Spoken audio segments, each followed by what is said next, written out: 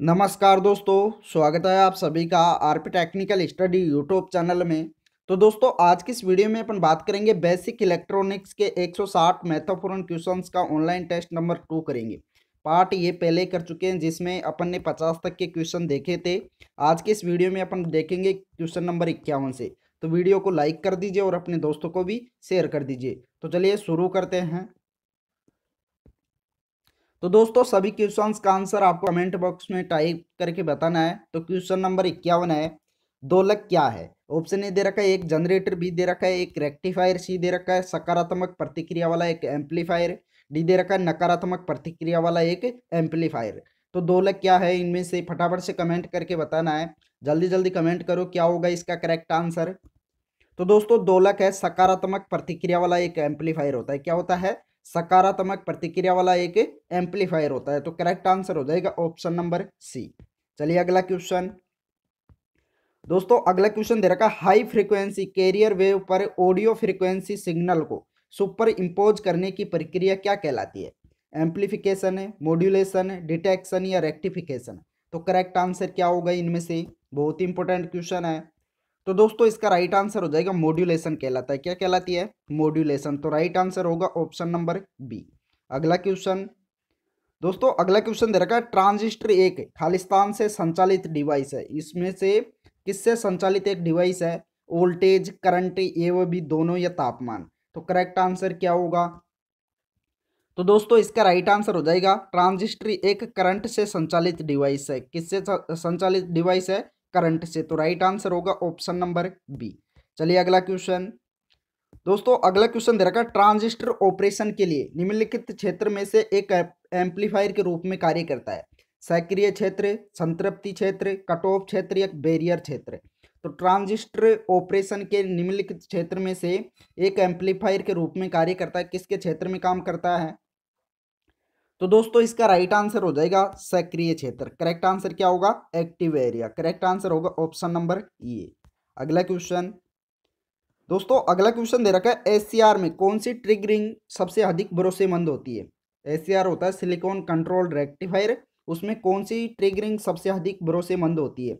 Forward voltage triggering, B दे रखा है गेट ट्रिगरिंग, सी दे रखा है थर्मल ट्रिगरिंग, डी दे रखा है इनमें से कोई नहीं। तो करेक्ट आंसर क्या होगा? तो दोस्तों, एससीआर में गेट ट्रिगरिंग सबसे अधिक भरोसेमंद होती है। कौन सी होती है? Gate triggering. तो राइट आंसर होगा ऑप्शन नंबर बी। चलिए अगला क्वेश्चन। दोस्तों, अगला क्वेश्चन दे रखा है पावर एम्पलीफायर के रूप में इस्तेमाल होने वाले ट्रांजिस्टर आमतौर पर धातु की प्लेट पर लगाए जाते हैं ताकि ऑप्शन ए दे रखा है उनकी चालकता में सुधार किया जा सके, बी दे रखा है उन्हें अतिरिक्त सपोर्ट दिया जा सके, सी दे रखा है काम करने के दौरान उनमें उत्पन्न हुई अत्यधिक ऊष्मा को रेडिएट किया जा सके, डी दे रखा है उनकी धारिता बढ़ाई जा सके। तो पावर एम्पलीफायर के रूप में इस्तेमाल होने वाले ट्रांजिस्टर आमतौर पर धातु की प्लेट पर लगाए जाते हैं। क्यों लगाए जाते हैं? इसका मुख्य कारण क्या है? तो दोस्तों, इसका राइट आंसर हो जाएगा काम करने के दौरान उनमें उत्पन्न हुई अत्यधिक ऊष्मा को रेडिएट किया जा सके, इसके लिए पावर एम्पलीफायर के रूप में इस्तेमाल होने वाले ट्रांजिस्टर आमतौर पर धातु की प्लेट पर लगाए जाते हैं। राइट आंसर क्या होगा? Option number C. चलिए अगला क्वेश्चन। दोस्तों, अगला क्वेश्चन दे रखा है ट्रांजिस्टर के अंकन में पहला अक्षर इसकी खालिस्तान को दर्शाता है और दूसरा अक्षर खालिस्तान को इंगित करता है। तो इन दोनों खालिस्तान को भरना है, इनमें क्या आएगा? ऑप्शन ए दे रखा सामग्री प्रयोग, बी दे रखा प्रयोग सामग्री, सी दे रखा सामग्री वोल्टेज रेटिंग, डी दे रखा वोल्टेज रेटिंग करंट रेटिंग। तो इनमें कौन सा ऑप्शन सही होगा? तो दोस्तों, ट्रांजिस्टर के अंकन में पहला अक्षर इसकी सामग्री को दर्शाता है और दूसरा अक्षर इसके प्रयोग को इंगित करता है। तो इसका राइट आंसर क्या होगा? ऑप्शन नंबर ये। करेक्ट आंसर क्या होगा? ऑप्शन नंबर ये। अगला क्वेश्चन। अगला क्वेश्चन दे रखा है डायोड के कार्य की तुलना खालिस्तान के कार्य से की जा सकती है। किसके कार्य से की जा सकती है डायोड के कार्य की तुलना? फ्यूज के कार्य से, रिले के कार्य से, कॉइल के कार्य से या स्विच के कार्य से। तो डायोड के कार्य की तुलना किसके कार्य से की जा सकती है? इनमें से अति महत्वपूर्ण क्वेश्चन है।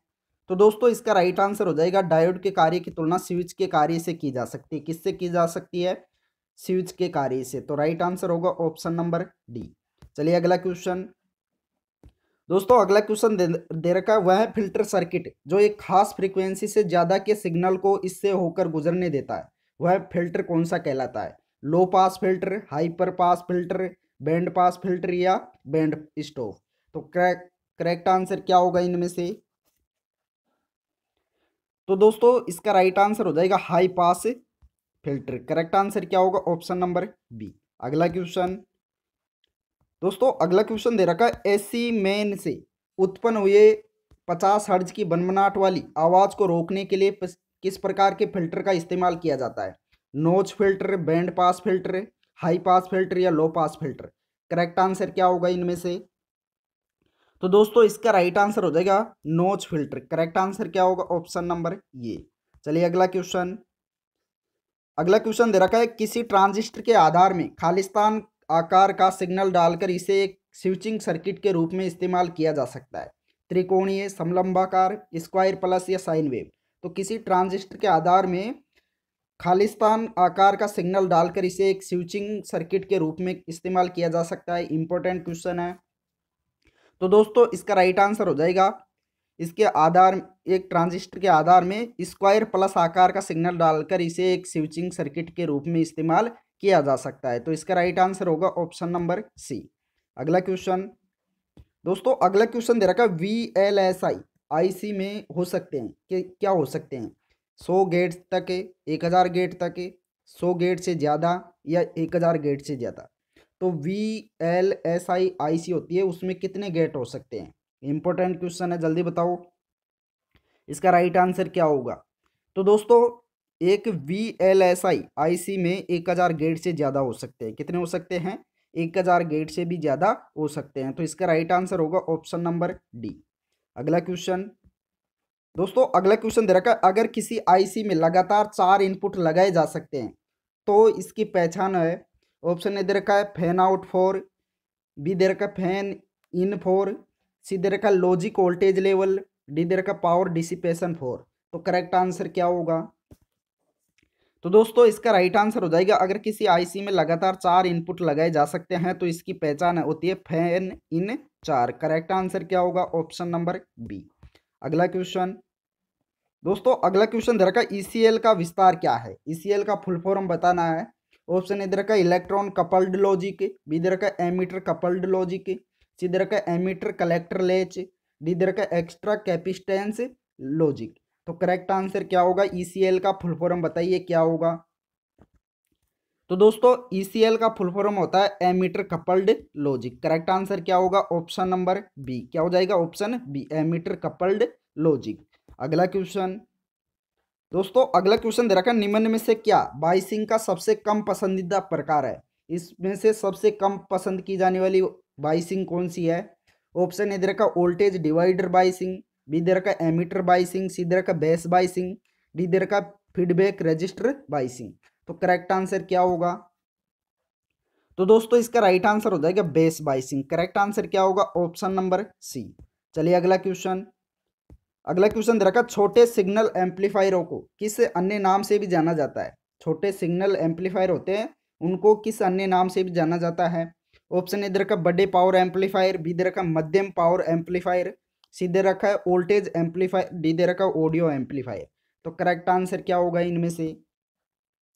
तो दोस्तों छोटे सिग्नल एम्पलीफायर होते हैं, उनको वोल्टेज एम्पलीफायर के नाम से भी जाना जाता है। किस नाम से जाना जाता है? वोल्टेज एम्पलीफायर के नाम से। तो करेक्ट आंसर होगा ऑप्शन नंबर सी।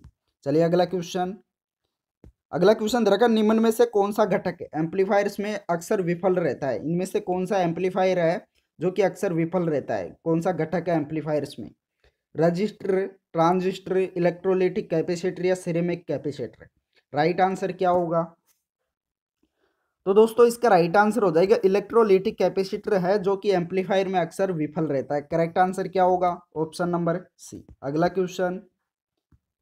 अगला क्वेश्चन दे रखा है, ट्रांजिस्टर बाइसिंग का अर्थ क्या है? ट्रांजिस्टर बाइसिंग होती है, उसका अर्थ बताना है। ऑप्शन ए दे रखा है ट्रांजिस्टर में ऐसे संकेत लागू करना, बी दे रखा है एक ट्रांजिस्टर के टर्मिनल में वोल्टेज लागू करना, सी दे रखा है ट्रांजिस्टर जंक्शनों में सर्वत्र निरंतर वोल्टेज ड्रॉप के साथ ट्रांजिस्टर के माध्यम से सुनिश्चित करंट का प्रवाह, डी दे रखा ट्रांजिस्टर से अधिकतम आउटपुट सुनिश्चित करना? तो एक ट्रांजिस्टर बायसिंग होता है, उसका अर्थ क्या होता है? तो दोस्तों इसका राइट आंसर हो जाएगा ट्रांजिस्टर जंक्शनों में सर्वत्र निरंतर वोल्टेज ड्रॉप के साथ ट्रांजिस्टर के माध्यम से सुनिश्चित करंट का प्रवाह। करेक्ट आंसर क्या होगा? Option number C. अगला क्वेश्चन दे रखा है, पीसीबी तैयार करते समय एक कॉपर की परत युक्त बोर्ड पर सर्किट पैटर्न एक प्रक्रिया द्वारा बनाया जाता है, जिसे क्या कहा जाता है? इलेक्ट्रोलिसिस, एचिंग, एलिमिनेटिंग या डिफ्यूजन। तो पीसीबी तैयार करते समय एक कॉपर की परत युक्त बोर्ड पर सर्किट पैटर्न प्रक्रिया द्वारा बनाया जाता है, तो उसे क्या कहा जाता है? तो दोस्तों इसका राइट आंसर हो जाएगा एचिंग कहा जाता है। उसे क्या कहा जाता है? एचिंग। करेक्ट आंसर होगा ऑप्शन नंबर बी। अगला क्वेश्चन दे रखा है, पीसीबी पर घटक की वर्टिकल माउंटिंग को विशिष्ट मामलों में प्राथमिकता दी जाती है, जहां ऑप्शन ए दे रखा है रिक्त स्थान कम और कम स्थिर है, बी दे रखा है रिक्त स्थान अधिक और कम स्थिर है, सी दे रखा है क्षेत्र सीमित और क्षेत्र में सीमाएं हैं, डी दे रखा है रिक्त स्थान अधिक और अधिक स्थिर है। तो एक पीसीबी पर घटक की वर्टिकल माउंटिंग को विशिष्ट मामलों में प्राथमिकता दी जाती है, क्यों? इसका राइट आंसर क्या होगा? तो दोस्तों इसका राइट आंसर हो जाएगा क्षेत्र सीमित है और उसकी मात्राएं क्या है? मात्रा में सीमाएं हैं। करेक्ट आंसर क्या होगा? Option number C.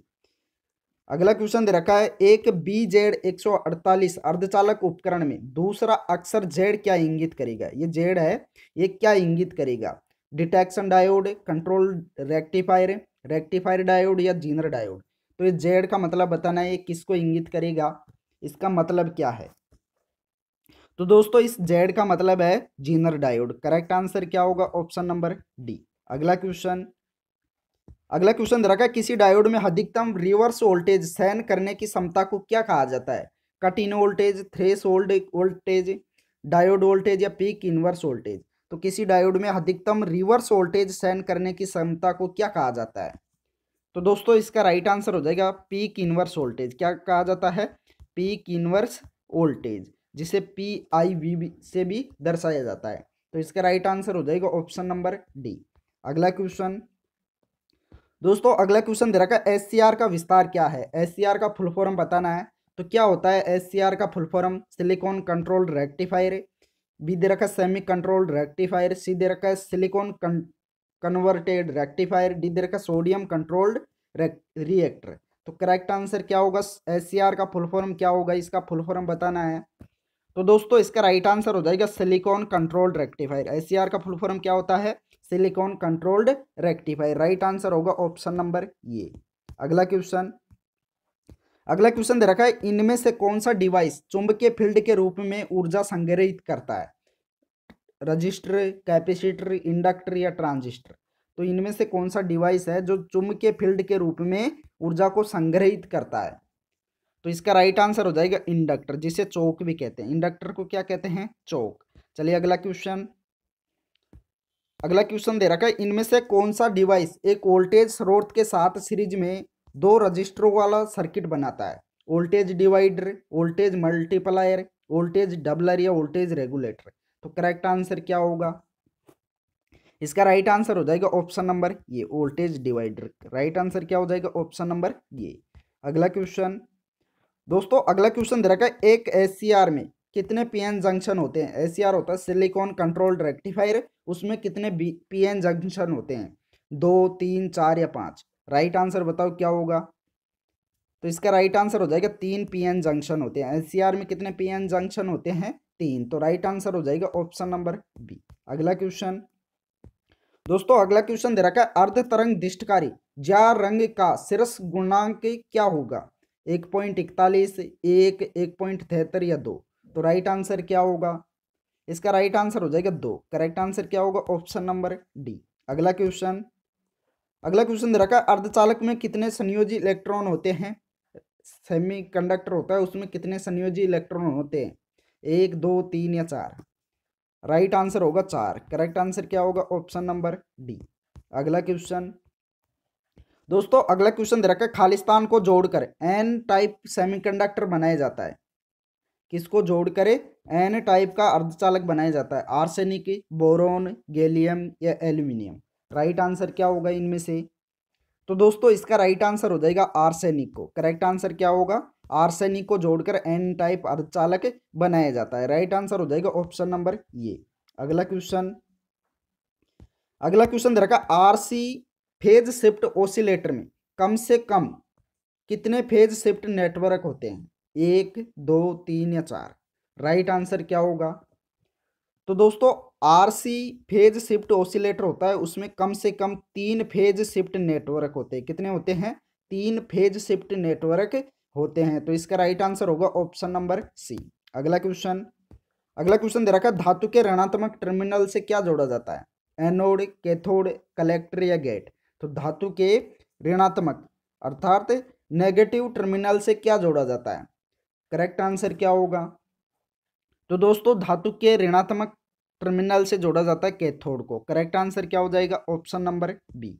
अगला क्वेश्चन दे रखा है निम्न में से क्या ओम का नियम का पालन नहीं करता है? इनमें से कौन सा है जो ओम के नियम का पालन नहीं करता है? ऑप्शन ए दे रखा ट्रांजिस्टर, बी दे रखा डायोड, सी दे रखा बल्ब का फिलामेंट, डी दे रखा उपरोक्त सभी। तो इनमें से ओम के नियम का पालन कौन सा नहीं करता है? इसका राइट आंसर होगा ये उपरोक्त सभी। ये सभी क्या करते हैं? ओम के नियम का पालन नहीं करते हैं। तो राइट आंसर हो जाएगा option number D.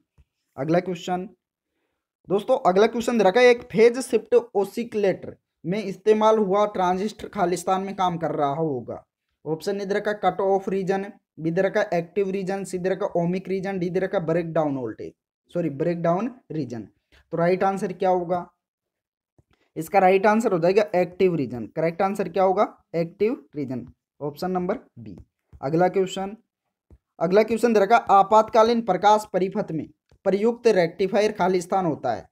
टंगर rectifier, copper oxide rectifier, bridge rectifier या इलेक्ट्रोलिटिक रेक्टिफायर? तो आपातकालीन प्रकाश परिपथ में प्रयुक्त रेक्टिफायर कौन सा होता है?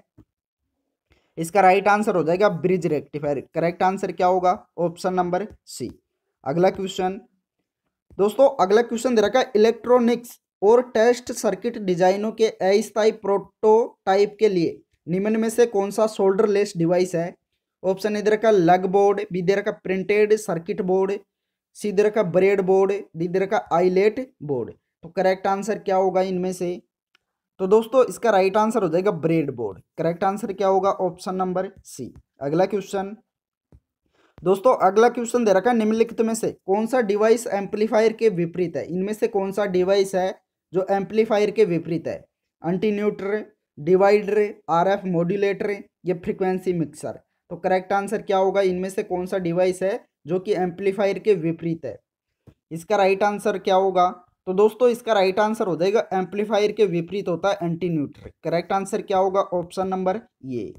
अगला क्वेश्चन दे रखा परमाणु संख्या 14 वाले तत्व सिलिकॉन के संयोजी इलेक्ट्रॉनों की संख्या कितनी होती है?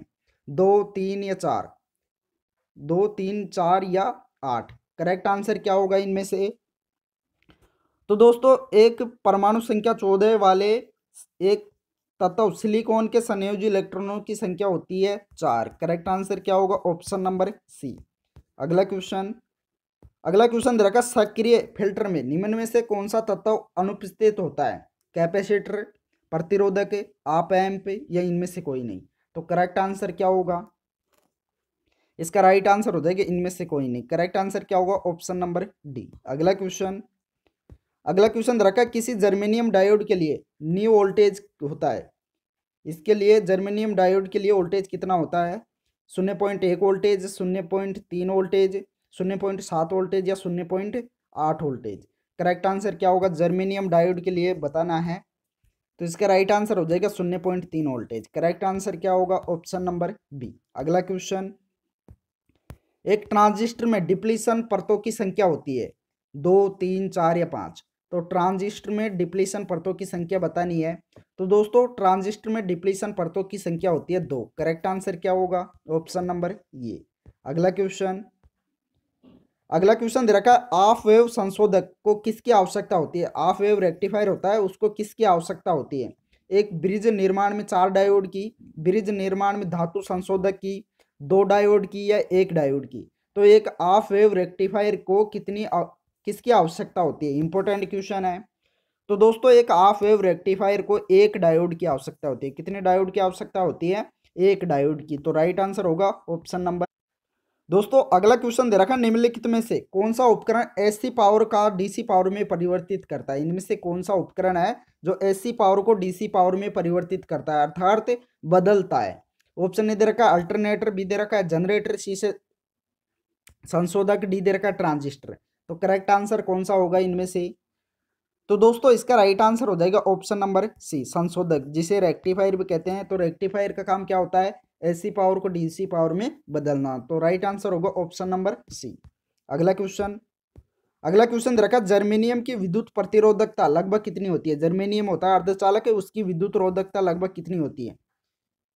विद्युत प्रतिरोधकता बतानी है।